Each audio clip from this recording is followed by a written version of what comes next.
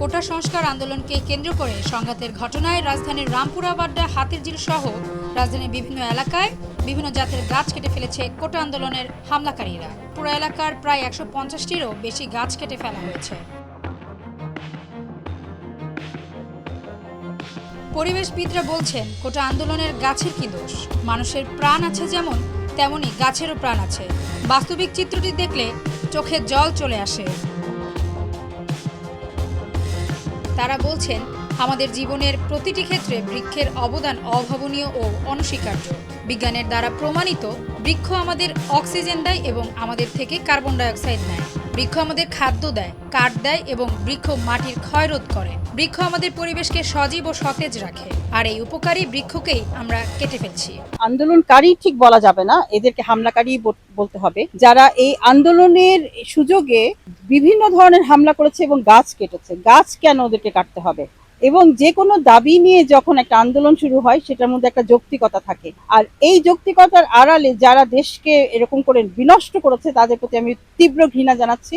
এবং যারা মানে এইভাবে একেবারে সমূলে গাছ কেটেছে, এদের প্রতি আমি ঘৃণা জানাচ্ছি এবং এদেরকে আমি শাস্তির আওতায় দেখতে চাই। এই যে এত এত গাছ কাটা, এই গাছের জন্য ওদের, গাছের প্রতি ওদের কেন এত রাগ? গাছ আমাদেরকে অক্সিজেন দিচ্ছে, আমাদেরকে জীবন দান করছে, গাছ আমাদের পরিবেশের রক্ষা করছে।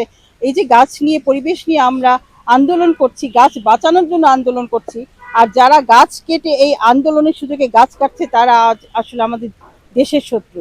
আমরা গাছ কাটাকে মানে গাছ কাটা বন্ধ করার জন্য আমরা সমানে আন্দোলন করে যাচ্ছি। এই আন্দোলনের ফল আমরা কখনো কখনো পাচ্ছি, কখনো কখনো পাচ্ছি না।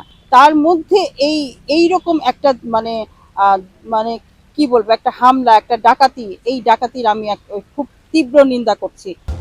পৃথিবীকে বাসযোগ্য করেছে এই বৃক্ষ। বৃক্ষরোপণ করে লাভবান হয়নি এমন মানুষ পাওয়া যাবে না।